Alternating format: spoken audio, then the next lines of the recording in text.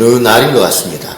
청문회 때 국회의원과 또 테니스계 협회장하고 혈전이 벌어지는 것을 제가 뉴스에서 본 적이 있습니다. 테니스 협회 회장이 발끈한 거예요. 왜? 그 이유가 뭐냐? 보니까 국회의원의 그 발언 중에 테니스계의 듣보자 누구씨 이렇게 그분을 향해서 표현한 겁니다. 거기다가 이제 이 증인이었던 테니스 협회장이 발끈하면서 국회의원한테 제가 듣도 보도 못한 잡놈이라고 하셨습니까? 그걸 몇 번이나 물어보면서 굉장히 불쾌해하는 그런 어떤 영상을 보는데, 오히려 아나무인 이제 국민의 헌법기관인 그 국회의원을 조롱하느냐 이렇게 얘기를 하는데, 제가 볼 때는 국회의원이 더 문제다, 참 문제가 많다 생각을 한 거예요. 참 무례한 사회, 막말하는 사회가 요즘 우리나라 현실이 아닌가 생각을 해봤습니다. 여러분, 또 하나 질문을 드리자면, 한국 국회가 전 세계 1위가 있어요. 그게 뭔지 아세요? 1위. 우리나라 독보적인 1위. 폭력적이고 난폭한 국회 1위가 한국 국회래요. OECD인지 전 세계인지는 모르겠지만, 언제까지는 대만이 1위였는데 한국이 2위였고, 그새 우리나라 국회가 다시 탈환했다고 합니다. 각 구청이나 이런 관공서, 소방서, 경찰서 같은 홈페이지 이런 전화하는데 전화 받는 공무원들에게 하는 태도를 봐도 마찬가지예요.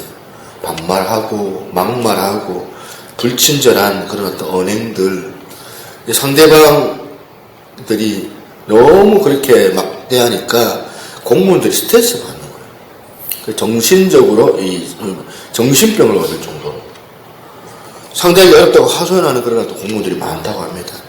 그러니까 이제 요즘에는 너나 할 것 없이 막말하는 그런 어떤 사회로 변해가고, 막말을 좀 해야지 이게 또 사회다 발언이고, 이렇게 지금 세태가 이렇게 흘러가고 있는데, 거기에는 어른도 없고 애도 없습니다.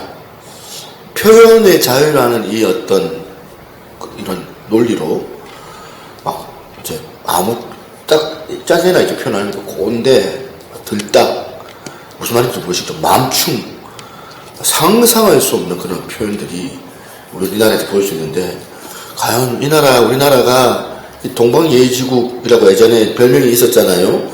그런 나라 맞는가 할 정도로 무례한 일들이 우리나라 곳곳에서 지금 일어나고 있습니다. 교회는 마찬가지죠.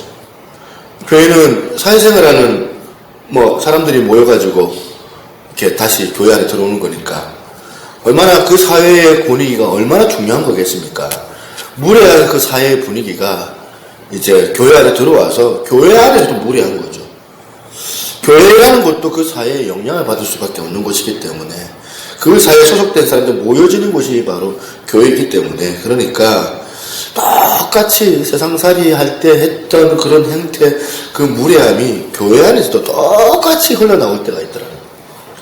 먼저 인사하지 않는 그런 태도, 또 어떻게든 상대방을 깎아내리려고 하는 태도, 자기 생각이 옳으면 상대방에 관하여서 예의를 갖추지 않는, 그리고 거침없이 이야기하는 그런 태도, 이게 다 무례함인데, 이런 무례함이 우리에게 너무 익숙해 있지 않는가 하는 오늘 말씀을 통하여 생각해 볼 부분이라 생각을 해요. 오늘 사도 바울이 고린도전서 13장 4절부터 시작을 해서 15가지 속성을 쭉 열거해서 설명을 하는데, 그중 5절에 나오는 사랑의 속성 중 하나가 뭐냐? 사랑은 무례히 행하지 않는 것이라는 겁니다. 무례함이라는 단어가 글자 그대로예요. 예의에서 벗어나는 행동이 무례함이죠. 그렇기 때문에 우리가 교회를 평가할 때 쉽지가 않아요. 여러분, 어떤 교회가 성숙한 교회고 어떤 교회가 건강한 교회일까요?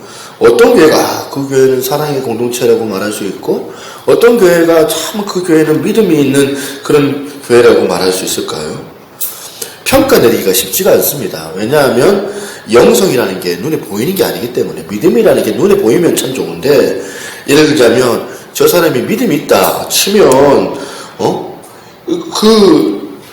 이제 피부가 막 뽀얘진다든지 믿음이 있어가지고 통장에 막 돈이 생긴다든지 이래야지 이제 믿음이 있구나 이렇게 딱 이렇게 보면서 알 수 있는데 그런 게 없어요. 또 믿음이 나쁘면 얼굴이 막 새까매진다든지 이런 표시가 있으면 참 좋을 텐데 표가 나야 그 잣대가 가늠하기 쉬운데 믿음은요 보이지 않는 세계잖아요. 영적인 세계잖아요. 저 사람이 믿음이 있다 없다 이거를 얼굴 보고 가늠하기가 어렵습니다. 뿐만 아니라 교회도 마찬가지죠. 그 교회가 영적으로 굉장히 신령하다, 그 교회가 영적으로 보면 건강하다, 혹은 그 교회가 병들었다, 이건 참 말하기 단언하기 어려워요. 왜냐하면 믿음이라는 것은 영성이라는 것은 추상적인 거니까 보이지 않는 것이기 때문에 가늠하기가 어렵다는 거예요. 그런데 바울이 이런 추상적이고 막연한 이런 우리의 영성을 너무너무 이제 실제적인 어떤 잣대로 이거다고 우리에게 보여주고 있는데 그 사람에게 사랑이 있느냐 없느냐, 그 사람 속이 사실 있는지 없는지 우리가 알 수가 없으니까 참 알기 어려울 때 바울이 내건 그 잣대가 뭐냐면 그 잣대가 그 사람이 상대방을 향하여서 얼마나 예의를 갖추고 있느냐, 그게 그 사람의 영성이고 그게 사랑의 잣대라는 거예요. 여러분, 사춘기 아이들이 부모님에게 너무 버릇없이 대하는 경우가 있잖아요. 함부로 말하고 부모한테, 다른 어른들한테는 막 보면 인사하고 예의를 갖추는데 자기 부모한테는 막 보면 하고 싶은 말 나온 대로 다 하고 지멋대로 지적하고, 가만히 들어보면 막 자기가 막 부모를 가리키려고 하고, 누가 어른인지 누가 애인지 예의를 잃어버린 그런 자녀가 있다면 분명 그 자녀는 부모에 대한 사랑이 별로 없다는 거예요. 교회도 마찬가지예요. 교회가 뭐 영적이냐 영적이지 않느냐 어떻게 가능합니까? 그 교회가 많은 사람들이 모이지 않느냐, 그 교회 숫자를 다루는 게 아니라 그 교회 헌금이 얼마나 많이 들어오느냐, 그 교회 헌금이 얼마나 적게 들어오느냐, 그게 아니라 그 교회에 서로를 향한 배려, 얼마나 많은 사람들이 이 서로에 대해서 기본적인 예의를 갖추고 있느냐, 이거거든요. 여러분도 공감하실 거예요. 은혜가 떨어지는 교회를 가면 100% 성도들이 무례해요. 먼저 가서 인사할 줄은 몰라요. 장로님들이 담임 목사 어떻게 하든지 간에 눌러버리려고 하고, 너무너무 무례하게 짝이 없고, 담임 목사는 어떻게 해요? 담임 목사는 성도들에 대한 태도가 뭐예요? 무시하고 무심하고, 담임 목사가 부교육자들에 대해서는 전혀 예의를 갖추지 않고 막 심부름꾼 대하듯이 그렇게 하려고 해요. 그런 교회들이 영적으로 문제가 있는 교회들, 영적으로 병이 든 교회들이 바로 그런 교회들이에요. 여러분 가만히 한번 생각을 한번 해보세요. 오늘 본문에 지금 고린도 교회, 이 교회는 영적으로 병든 교회예요. 문제가 많은 교회예요. 그래서 아니나 다를까 이 교회의 많은 무례한 행동들이 자꾸 이제 나오는 거예요. 예를 들자면 초대교회에 모일 때마다 식탁 공동체였거든요. 초대교회는 모일 때마다 밥을 먹고, 모일 때마다 함께 식사하는 걸 중요하게 생각했는데, 한 번은 다 모이기도 전에 자기 배고프다고 먼저 가가지고 먹어본 거예요. 나중에 시간 맞춰가지고 온 사람들이 먹을 수 없을 정도로 음식이 하나도 없는 거예요. 오늘 말씀을 들은 저는 여러분이 오늘 식사 때 어떻게 해야 될까? 나중에 와서 먹는 사람도 있을 건데, 나중에 와서 먹는 사람들을 배려할 수 있는 그런 마음들이 다 있으시기를 바랍니다. 맛있는 것 먼저 다 먹어버려가지고 나중에 교인들이 먹을 게 없는 일이 그렇게 안 일어나기를 바랍니다. 이렇게 고린도 교회가 이랬던 거예요. 작은 일에 배려하지 않고, 뭐 자기 하고 싶은 거 다, 자기 먹고 싶은 거 다 먹어버리고, 이런 소소한 사례까지 성경에 다 기록되어져 있는 거예요. 게다가 하나님 앞에서 이 사람들이 얼마나 무례했는지, 여러분 성만찬이 뭡니까? 예수님의 그 죽으심을 기념하는, 예수님의 피와 살을 기념하는 그 시간이잖아요. 그 하나님의 영적인 임재를 맛보는 거룩한 시간에 포도주를 마시는데 주님의 피를 의미하고 떡을 먹는데 주님의 살을 기념하는 그런 시간인데 누군가가 포도주를 병채로 그냥 들여 마시고 술에 취해가지고 막 축제를 부리는 그런 일이 일어난 거예요. 그래서 고린도전서 11장 29절에 주의 몸을 분별하지 못하고 먹고 마시는 자는 자기의 죄를 먹고 마시는 것이라. 그 당시에는 말도 안 되는 일이에요. 주님의 피를 상징하는 포도주를 자기가 그냥 다 마셔보고 추태를 부리는 그런 일이 벌어진 겁니다. 저는 여러분 우리 교회가 이거는 이제 나중에 11시 예배 때 해야 될 대목인데 같이 아멘 했으면 좋겠어요. 저는 우리 교회가 하나님에 대해서 예의를 갖추는 교회가 되시기를 바랍니다. 오늘 교회들마다 가만히 보면 너무나도 하나님에 대한 버르장머리가 없는 그런 시대가 되어져 버렸어요. 저는 예배 시간에 우리 태도를 보면 알 수가 있어요. 제가 얘기 안 해야지 하면 또 얘기 안 할 수가 없는 게 이거예요. 저는 예배 시간에 지각할 수 있다고 생각을 합니다. 왜냐? 뜻하지 않는 사건도 일어날 수도 있는 거고 또 인간이 연약하기 때문에 실수할 수 있는 거잖아요. 그런데 여러분 우리가 만약에 하나님의 그 살아계심을 인정한다면 믿는다면 적어도 하나님께 예의는 갖춰야 되지 않겠습니까? 지각한다면 어떻게 해야 됩니까? 죄송한 마음으로 그렇게 조용히 들어온다든지 여기 복도에서 막 뛰는 시인이라도 하면서 그렇게 어떻게 해야 되냐 하면서 그런 마음으로 들어오는 게 그게 맞는 거잖아요. 여러분이 대통령과 약속하면 지각할 수 있겠습니까? 대통령과 약속하면 지각 못하잖아요.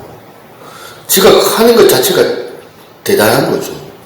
요번에 그 G20에 푸틴 대통령이 우리나라 대통령과 정상회담 하는데 2시간 지각했대요. 대놓고 무시한 거죠. 이런 무례가 됐습니까? 참 부끄럽습니다. 우리나라 그냥 우리나라 대놓고 무시하는 것밖에 안 느껴지거든요. 차라리 약속하지를 말든가.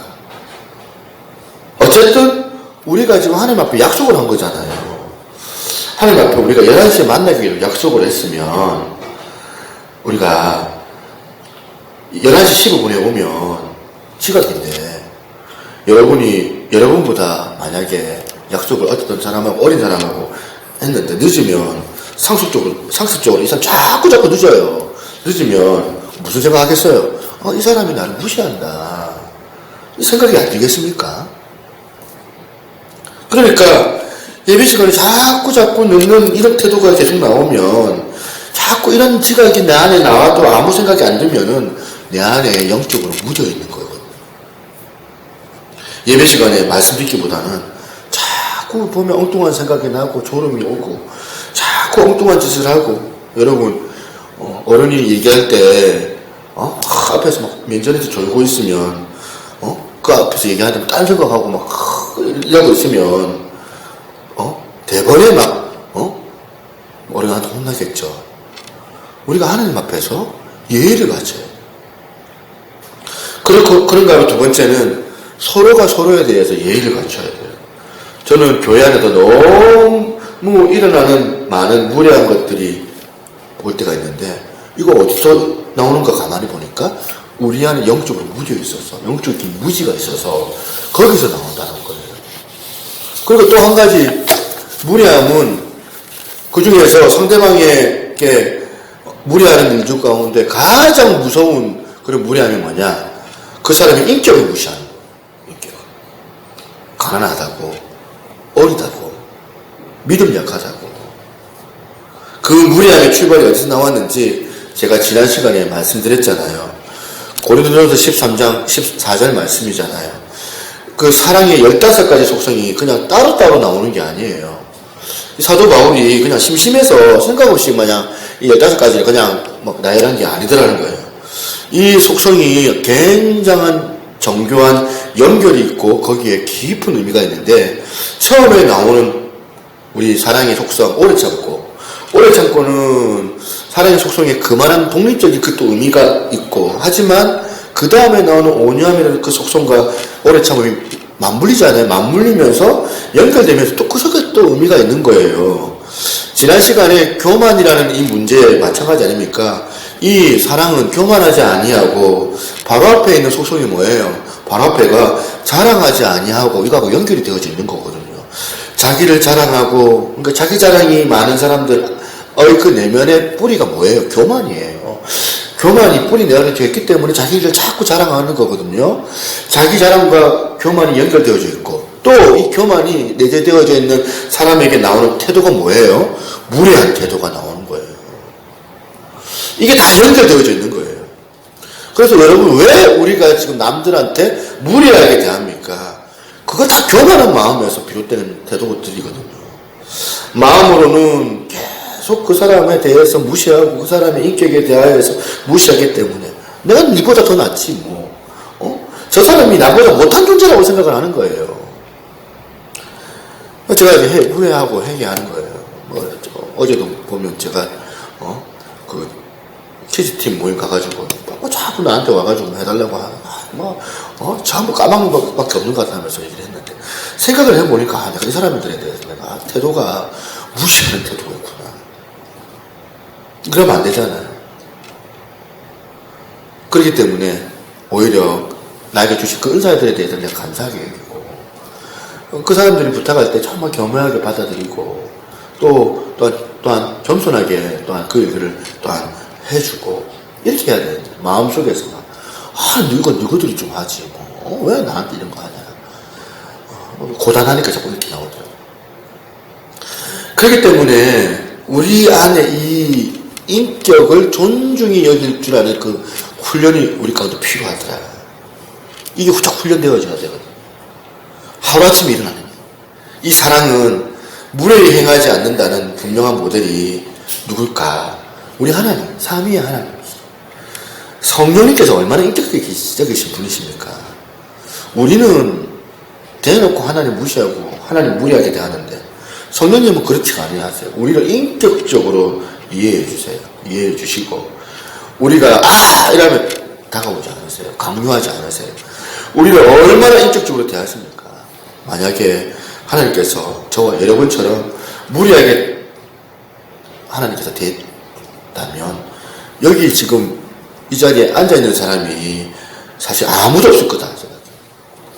성령께서 무리하게 우리한테 하셨다. 너무나도 우리 성령님께서 인격적으로 대해주신 거예요. 뻔히 엉뚱한 길을 가고 있는 것을 알고 있음에도 불구하고 기다려주시고, 인격적으로 또한 누군가를 통해서 말해주시는 거예요. 송목사를 통해서. 저러면 안 되는데, 큰일 나는데. 그래서 새누리교회 송목사를 통해서 말해주시는데 안 들어요. 가지 말라고 하는데 자꾸 가요. 그러면 하나님께서 왜 자꾸 가지? 그러면서 인격적으로 기다리시면서 스스로 자기가 깨달을 때까지, 돌아올 때까지 기다려주시는 거예요. 이게 하나님의 사랑, 아가페 사랑의 속성이에요. 성령님이 얼마나 인격적인지 아십니까, 여러분? 방언을 구하고 은사를 구하고 하나님 앞에서 말씀을 사모할 때 저는 그걸 그야말로 수도 없이 느낄 때가 있어요. 하나님께서 저의 인격을 존중해 주세요. 그래서 제가 구할 때 하나님께서 주시는 걸 구하지 않으면 하나님께서 주시지도 않아요. 그리고 저라는 그 존재의 특성을 배려해 주세요. 하나님께서 인격적이신 분이니까. 이사야에서 43장 4절 보니까 그런 인격적으로 배려해 주시는 그 바탕에 어떤 정신이 지금 담겨있는가 보니까, 내가 내 눈에 보배롭고 존귀하며 내가 너를 사랑하였은즉, 내가 내 눈에 보배롭고 존귀하며 내가 너를 사랑하였은즉, 내가 내 눈에 보기에 보배롭고 존귀하고 사랑스러워서 하나님이 우리를 인격적으로 대해주시는 것은 내가 너무 사랑스럽기 때문에 그렇다는 거예요. 내가 존귀해서 그렇다는 거예요. 사실 이게 에로스 사랑은 아니니까 가치를 추구하는 게 아니거든요. 가치를 부여하는 거거든요. 사실 보기에는 전혀 사랑스럽지 않는데, 꼴보기 싫은데, 사실 보기에는 전혀 가치가 없는 존재인데, 그런데 우리에게 하나님께서 그 가치를 부여해 주시는 거예요. 이게 아가페라고 했잖아요. 하나님의 사랑이 가치를 부여해 주시는 사랑이더라. 이런 맥락에서 우리가 행하는 다른 사람에게 하는 행동이 우리가 문제가 있는지 없는지 이렇게 우리가 점검을 해보셔야 됩니다. 저는 이 말씀을 가지고 두 가지를 적용을 해보려고 해요. 첫 번째는 교회 안에서. 저는 여러분들이 교회 안에서 무례히 않는 그런 일이 있기를 바랍니다. 고린도전서 13장 2절 다시 한번 보세요.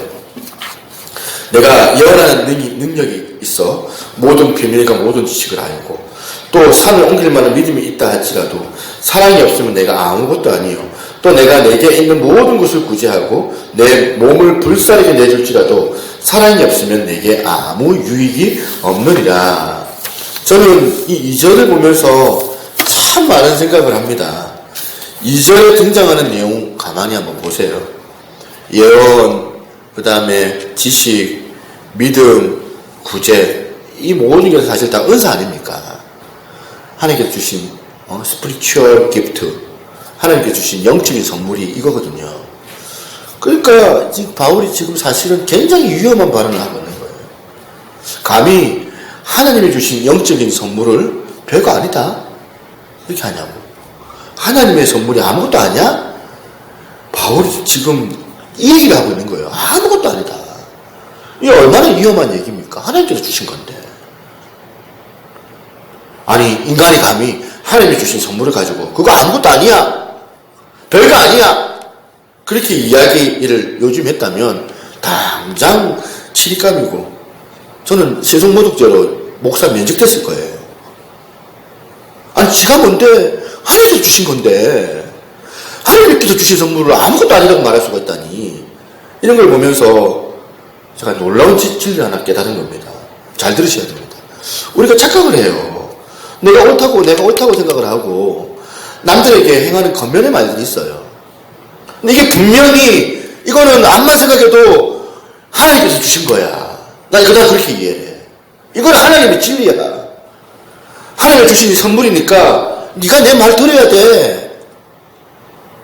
이걸 우리 굉장히 중요하게 생각을 하는데 지금 바울이 이야기하는 게 뭐냐면 설령 그 말이 당신이 하는 그 말이 옳은 얘기라 할지라도 그게 설령 진리라고 할지라도 그게 설령 100% 하나님으로부터 나온 선물이라 할지라도 그게 사랑이라고 하는 그 포장지에 담지 않으면 소용이 없다는 거예요. 제가 느끼는 게 뭡니까? 하나님이 우리에게 주신 그 사랑의 선물, 은사가 하나님의 은사가 이 사랑이라는 포장지에 담겨 있지 않으면 상한 음식과 같다는 거예요. 아무리 명분이 있어도 아무리 지혜가 있어도 그 속에 사랑이 담겨 있지 않으면 아무것도 아닌 거예요. 무리한 거예요. 오늘 본문을 적용하면 여러분 교회 안에 왜 자꾸 문제가 자꾸 생길까요? 틀린 말을 해서가 아니에요. 옳은 말을 하는데 틀린 말을 해서 문제가 되는 경우는 지극히 작은 경우. 옳은 말을 하는데 그 옳은 말을 사랑이라는 이 포장지로 포장하지 않고 말해서 문제가 생기는 거예요. 여러분들 자꾸 막 질서 명분 원칙 이렇게 얘기를 하는데 질서와 명분도 참 중요하지만 명분보다 더 중요한 거, 그 감싸는 사랑의 포장이 저와 여러분들의 태도에서 부실하지 않게 되시기를 바랍니다. 교회 안에서 우리가 아무리 옳은 얘기를 한다 할지라도 혈기가 나오고 무례함이 나오고 무시하는 그 태도가 나오면 그 옳은 얘기는 이미 다 틀린 이야기입니다. 우리는 옳은 이야기도 중요하지만 우리가 그 말씀을 전하는 과정에서 하나님의 그 방식으로 전해야 된다는 거죠. 왜 하나님의 이 메시지를 저나 여러분들이 사단의 방식으로 전하는 거예요? 왜 하나님의 그 진리의 말씀을 악한 사단의 방법으로 혈기 부리고 다툼을 유발시키고 문제를 일으키게끔 오늘 교회 안에서 이런 일들이 얼마나 비일비재합니까? 만약에 우리 교회 안에 막 핏대를 높이고 목소리를 높이고 그렇게 막 내 주장이 옳다고 막 이거는 하나님께서 이거 성경에 이렇게 말씀하셨잖아요. 그렇게 얘기하는 사람이 있다면 누구를 방문하더라도 만약에 거기에 예의를 갖추지 않고 거기에 사랑의 포장으로 말하지 않으면 여러분들이 귀를 닫으시길 바랍니다. 이미 그 이야기는 들을 가치가 없어요. 하나님의 이야기를 사랑이라는 포장으로 하지 않는 이야기는 그것들은 이미 세상의 방식이고 사단의 방식이 되어져 버렸기 때문에. 그래서 우리 교회 안에 예의를 갖추는, 예의가 넘쳐 흐르는, 그리고 상대방을 배려할 줄 아는 우리 교회 여러분들이 되시기를 바랍니다. 부탁합니다. 이 대목에서는 좀 더 크게 아멘 하시기를 바랍니다. 너무너무 중요한 이야기이기 때문입니다. 다시 한번 해볼게요. 우리 교회는 예의를 아는 성도들이 모인 교회가 되기를 바랍니다. 우리 교회가 정말 옳은 이야기라고 해가지고 함부로 이야기를 하고 그게 옳은 이야기라고 해서 자기 멋대로 사랑의 포장에 담지 않는 그런 무례한 사람들이 우리 교회에는 발붙지 않기를 바랍니다. 이 부분이 얼마나 중요한지를 몰라요. 교회가 진리를 말해야 하는 곳이 맞지만 또 하나 아가페 사랑, 상대방의 인격을 존중하고 예의를 갖추어 무례히 행치하는 것이 교회이어야만 하거든요. 두 번째는 교회 바깥에서 예의를 갖춰요. 여러분, 한국교회 가장 악랄하고 나쁜 짓이 뭐였다면 과거에 당군상의 목자는 일. 또 이제 보면 절에 들어가가지고 몰래 막 부처한테 막 빨간 매직으로 막 낙서를 하고. 근데 잡히고 나서 보니 그 사람이 목사님이래요. 저는 그 사람이 그 선한 행위 분명히 동기가 있다고 저는 믿어요. 하나님을 정말 뜨겁게 사랑해가지고 견딜 수 없는 마음으로 단군 목에 그렇게 목을 잘라버렸다고 저는 생각을 해요. 그런데 여러분, 그 무례한 행동 하나 때문에 적어도 한국교회 100만 명 이상이 떨어져 나갔다고 생각을 해보죠. 그래서 기독교 하면 어떤 말이 있냐면 무례한 기독교, 무례하게 짝이 없는 기독교라는 거예요. 우리가 지금 우리나라 사회에서 얼마나 많이 교회들이 무례하게 행동하고 있는지 아십니까? 식당 같은 데서 여러분 기도할 때 다 들으라고 큰 소리로 막 주여 은혜를 주옵소서 이렇게 막 다른 사람 다 들을 수 있게끔 기도하는데 얼마나 조용히 들어가세요. 얼마나 무례한 행동인지 아십니까? 식당에서 막 보면 막 대놓고 막 기도를 하고. 우리가 각자 기도하든지 아니면 조용조용 모기 소리는 만큼 기도하는 게 그게 나은 거라 생각해요. 안 믿는 사람들은 다른 것은 몰라도 예수 믿는 사람들은 예의가 발라. 기독교는 예의가 있어. 기독교는 예의의 종교야. 이걸 회복하지 않으면 이 땅에 복음화는 없습니다. 우리가 제사 문제 때문에 갈등이 많잖아요. 우리 형제 자매들이 기도를 해야 돼요. 영적으로 우리가 승리해야 맞아요. 그런데 그걸 안 믿는 시어머니, 안 믿는 시댁 어른과 막 대결 구도를 가면 안 되는 거거든요. 무리하게 대하시면 안 되는 거거든요. 도와드려야 돼요. 제사상 차리는 거 도와드려야 돼요. 여러분, 제가 얼마나 영적으로 지금 타락한 것 같습니까? 도와드려야 된다 하니까.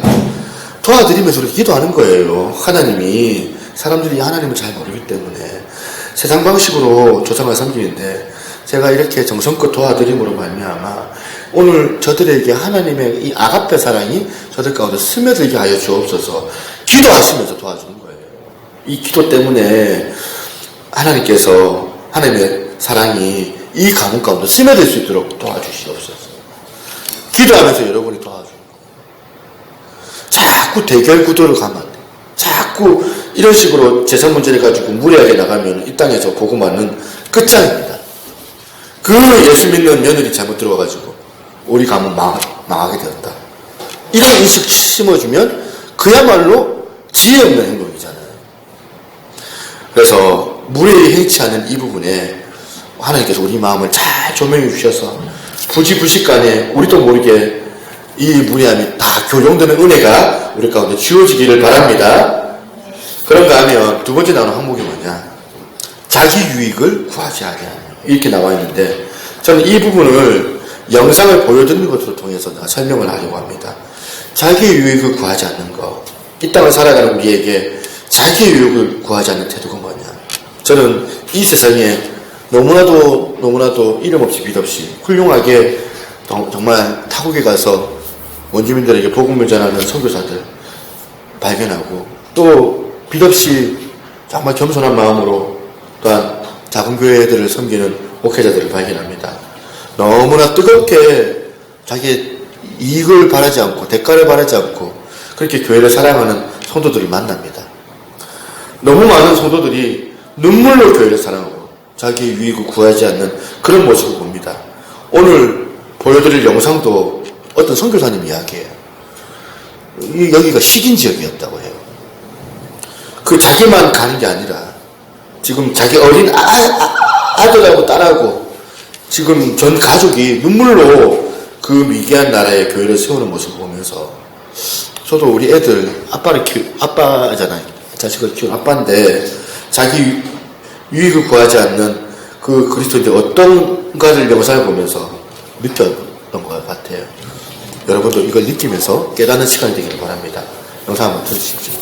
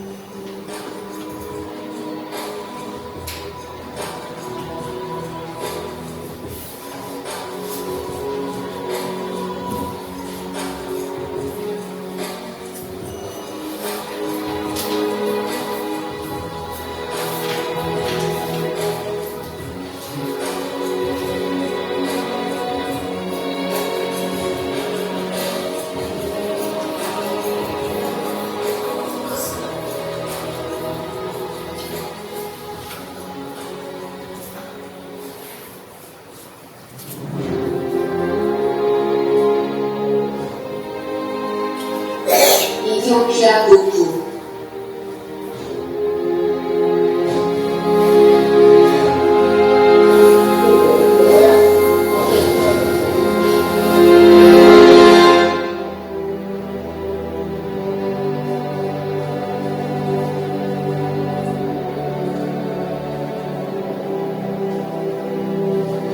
청나에 따라 흘러가면 수단 접경에 이르게 되고 벌거벗은 한 종족을 만나게 된다. 가장 원시적이며 복음을 들어본 적이 없는 불조 종족. 깊은 산속에 총알을 이루고 원시적인 삶을 살아가는 사람들. 명소, 닭들과 함께 땅바닥에서 잠을 자고 삶은 하루에 한 끼 먹는 음식만큼이나 척박하기만 하다. 공주 남자들은 사는자라야 남자로 대접을 합니다. 항상 활과 화살이나 총기술이 있다. 계속 반복되는 살인과 복수. 당나귀와 수학을 하고 형과 아비의 아내를 강간하고 노인과 아이를 산채로 묘사한다. 아내를 바꿔달라는 사람들.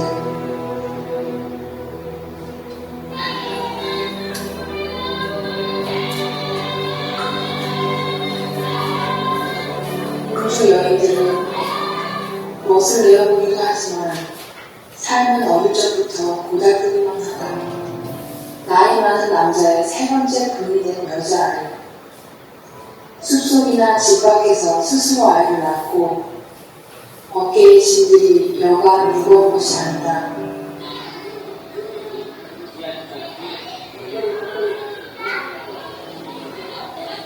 군주 아이들은 허기진 배를 채워보려고 나무뿌리와 쥐, 메뚜기를 잡아먹어 보지만 허기진 배를 채울 수는 없다. 무당을 잡고 부적을 목에 걸고 원숭이 손가락을 목에 걸고 있어도 두려움은 사라지지 않는다. 학교도 병원도 교회도 없다. 마실 물조차도 구하기가 힘들다. 피부병이나 작은 병으로도 죽음은 쉽게 찾아온다. 예수의 이름조차 들어보지 못한 사람은 그 기나긴 세월 동안 어두운 데서 빛으로 나아갈 그날을 기다리고 있었다. 눈을 씻기 원하는데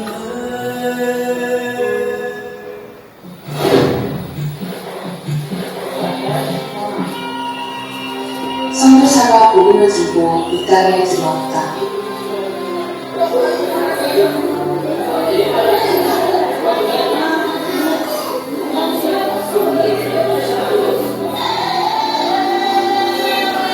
선교사는 초가집을 거처로 삼고 화장실도 만들었다. 당나귀로 마시는 물을 싫어하고 우정으로 자신이 살아있음을 알린다. 정갈에 누리기도 하고 독사들과도 싸워야 했다. 가까이 있는 듯한 죽음의 공포 속에서도 마을을 찾아다니며 낮에도 밤에도 복음을 전하기 시작했다.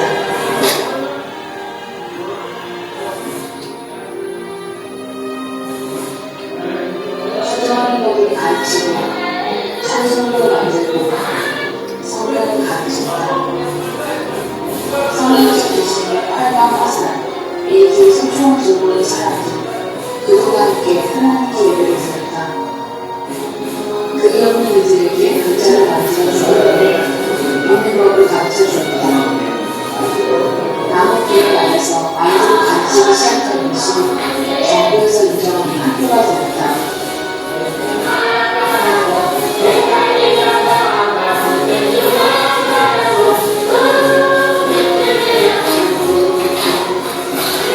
시집간 아이들을 위해 아침에 학교를 되었고 오늘 청년학교를 되었다.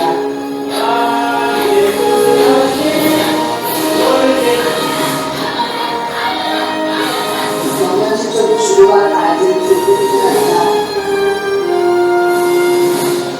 그들을 배우는 책을 만들었고 교과서와 경과 수업도 만들었다. 농사 짓는 법도 가르치고 질병도 치료해주었다. 사는 자와 도적, 강간범들이 찬양하기 시작했고 입을 열어 기도하기 시작했다. 예배당은 재물들을 가져와 스스로 예배당을 지었다.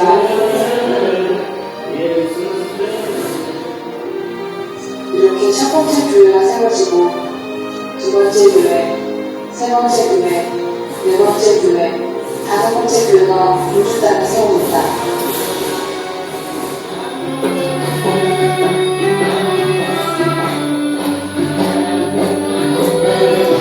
처음 세례가 행해지고 두 번째 세례가 공주 장로들의 예배를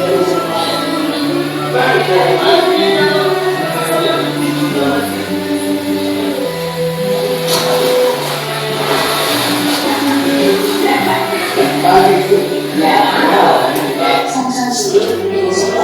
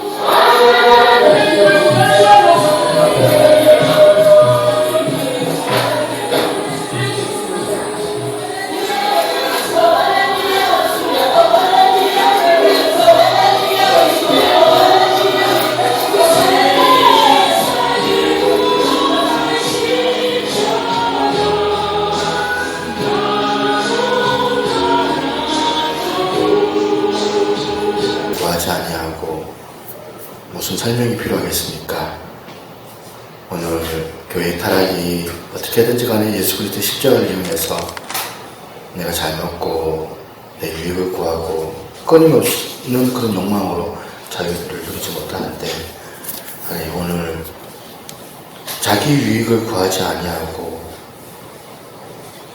사랑의 속성에 대해서 다시 한번 생각을 하며 주님 앞에 간절히 간구합니다. 어떻게 하든지 간에 오늘 정말 우리가 들었던 이 진리를 이론으로만 끝내버리고 은혜 받았다고 마무리하는 것이 아니라 우리의 삶의 실천으로, 행동으로 나타날 수 있도록 하나님께서 저희들 가운데 함께하여 주옵소서.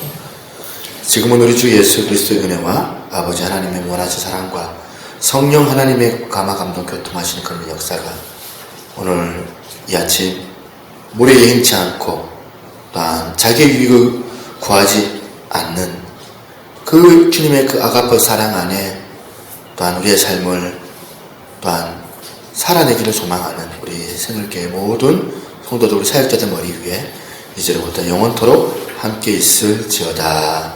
아멘.